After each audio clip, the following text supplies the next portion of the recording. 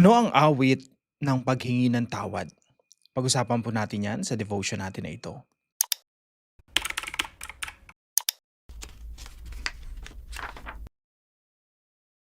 Magandang araw po sa bawat isa sa inyo. Welcome back to our 365 Daily Devotions, Bible Characters Edition. Binabati ko po muna ng happy birthday yung aking pamangkin na si Steven. So happy birthday sa iyo at magkita-kita tayo mamaya. So yung devotion natin ay patungkol pa rin po kay Haring David. Ito po yung mga pangyayari pagkatapos ng engkwentro niya kay Prophet Nathan nung nirebuke siya ni Nathan. So, naalala niyo po yung devotion natin nakaraan. So, after ni David, no, kuhanin yung asawa na may asawa, sinipingan niya, tapos pinapatay niya pa si Uriah, yung asawa. So, isipin niyo, karumal-dumal na krimen. At pilit tinatago yun ni Haring David. Now, yung Diyos, of course, wala namang lingid sa kanya. Lahat ng bagay, lahat ng sekreto, alam ng Diyos. So, pinadala niya si Prophet Nathan. At si Prophet Nathan, nagkwento ng isang istorya. No? Isang mayaman, isang mahirap. At yung isang mayaman, kinuha yung kais-isang tupa ng isang mahirap para ilutuin, no? Ihandog doon, ihain doon sa kanyang bisita. Kaya sabi ni Haring David, dapat sa tao na yan, mamatay. Pero hindi niya alam na siya pala yung pinapatukuyan ng istorya. Kaya po sabi ni Prophet Nathan sa kanya, "You are the man." Ikaw yung tao na yan na sinasabihin mo na dapat mamatay. So, no, I can only imagine na si Haring David ay parang binuhusan ng malamig na tubig at na-realize niya yung kanyang pagkakasala ay hindi lingid sa kaalaman ng Diyos. After po nun, naniniwala ako si Haring David talaga humugulgol sa harapan ng Diyos at humingi ng tawad. At yung sa mga hindi po nakakaalam, no, si Haring David po ay psalmist. Ibig sabihin, composer siya. Gumagawa siya ng mga awit. At isa po sa awit na ginawa niya ay awit ng paghingi ng tawad. So yun po ay matatagpuan sa Psalm chapter 51. Nakita niyo po dito, sa pinaka parang title niya, no, "Create in me a clean heart, O God." To the choir master, a psalm of David, when Nathan the prophet went to him after he had gone in to Bathsheba. So ito po yung salmo ni Haring David, salmo ng paghingi ng tawad. "Have mercy on me, O God, according to your steadfast love, according to your abundant mercy. Blot out my transgressions, wash me thoroughly from my iniquity, and cleanse me from my sin. For I know my transgressions, and my sin is ever before me. Against you only have I sinned, and done what is evil in your sight, so that you may be justified in your words, and blameless in your judgment." So ito po yung una nating katuruan ngayong araw. Una po, David admits his sinfulness and depravity. So right after na i-rebuke siya ni Prophet Nathan, hindi na po siya nagtago pa o pinagtakpan niya pa yung kasalanan niya o naging defensive siya o nanisi ng iba. Hindi niya na sinabi, si Bathsheba kasi, pumayag, no? Si Bathsheba kasi, doon pa naligo sa matatanaw ko eh. Wala nang palipaliwanag pa. Talagang tinanggap niya yung katotohanan na siya ay nagkasala. David admits his sinfulness, at the same time his depravity. Ano po ba yung depravity? Yung depravity po, ito po yung natural tendency nating mga tao na gumawa talaga ng kasalanan. Kahit si David pa, a man after God's own heart, meron talagang ganun tendency bilang tao, bilang corrupt, bilang naturally makasalanan, na gumawa ng kasalanan. Nature natin yan. So, si Haring David, handa po siyang tanggapin ito. At sabi nga niya sa verse 3, "For I know my transgressions, and my sin is ever before me. Against you." Sabi ni Haring David, sa inyo talaga ako ultimately nagkasala. "Against you, you only have I sinned, and done what is evil in your sight." So, that's number one. David admits his sinfulness and depravity na lahat tayo dapat ganun. Once na ma-realize natin na nagkasala tayo, admit it. Be responsible sa mga kasalanan natin, no? Be responsible for our own actions. Hindi na yung magdadamay pa tayo ng iba or yung mabigat nating kasalanan pagagaanin natin. O kaya pag nirebuke tayo, tinama tayo ng ibang tao, sasabihin natin, "Oh, ba't ikaw? Ganyan ka din naman." Wala na. No excuse. Yan yung isang taong responsable. Yan yung isang taong marunong tumanggap ng pagkakamali. Yan yung isang taong mapagpakumbaba. Inaamin agad ang sariling pagkakasala. Number 2 po, David appeals to God's love and mercy. David appeals. Pag sinabing appeal, umaapila. Hindi na yung nagpapaniwalag pa, Lord, mabuti naman ako eh. Mas marami naman ako mabuting nagawa eh, kaysa doon sa masama akong nagawa, no? Hindi ganoon eh. Hindi umaapila sa sarili nating kabutihan. Yung apila niya sa kabutihan ng Diyos, sa pag-ibig ng Diyos, sa awa ng Diyos. Tingnan niyo po yung pinakaunang line sa kanyang salmo, sa kanyang panalangin. Have mercy on me. Maawa ka sa akin, O Diyos. Hindi yung maawa ka sa akin, O Diyos, 'di ba? Marami namang nagawang mabuti. Kung titimbangin mo naman yung kasalanan ko, 'di ba, mas marami yung mabuti, mas mabigat yung mabuti kaysa sa kasalanan ko. Hindi ganoon eh. Yung appeal niya, Lord, sabi niya, have mercy on me. According to your steadfast love, according to your abundant mercy.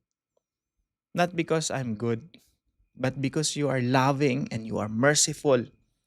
Sa bigat ng kasalanan ko to, sa lahat ng mga nagawa ko, Lord, I appeal to your love. Your very character. Yung pag-ibig mo, yung pagiging mahabagin mo, Lord, humihingi ako. Humihingi ako na ambunan mo ko ng pagmamahal mo dahil ikaw ay mapagmahal, ng awa mo dahil ikaw ay maawain. So David appeals to God's love and mercy. Ito po talaga yung dapat nating ginagawa, no? Pag nagkakasala tayo, Lord, patawarin niyo po ako. Lord, thank you kasi maawain ka. Nakafocus tayo sa character ng Diyos. And point number 3, David seeks a transformation of the heart. Hindi niya lang gustong patawarin siya ng Diyos. Gusto niya mabago yung kanyang puso. Sabi po dito sa verse 10, basahin po natin. Create in me a clean heart, O God, and renew a right spirit within me. Lumalang ka sa akin ng isang malinis na puso, O Diyos, at muli mong baguhin ang matuwid na espiritu sa loob ko. Create in me a pure heart, O God. Ito po yung panalangin ng inner transformation. So hindi lamang po natin gustong mapatawad, gusto natin mabago yung puso natin para hindi na natin ulitin pa yung mga bagay na inihingi natin ng tawad. Kasi po sa totoo lang mga kapatid, pag walang inward transformation, walang malinis na puso, kahit ano pang hingi natin ng tawad sa Panginoon, uulit-ulitin lang natin yung mga bagay na ginagawa natin. Kaya po napakahalaga ng Lord, kung makasalanan ng puso ko, pilit pa rin itong gagawin yung mga makasalanang gawain. At paulit-ulit lang yung cycle, no? Hindi na puputol yung cycle ng hingi ng tawad, gagawin na naman the same na kasalanan, hihingi na naman ng tawad sa Panginoon. Kung yan ay pornography, kung yan ay sexual immorality, kung yan ay sugal, no, paulit-ulit lang natin gagawin. Hanggat walang transformation of the heart, mananatili tayong sugarol.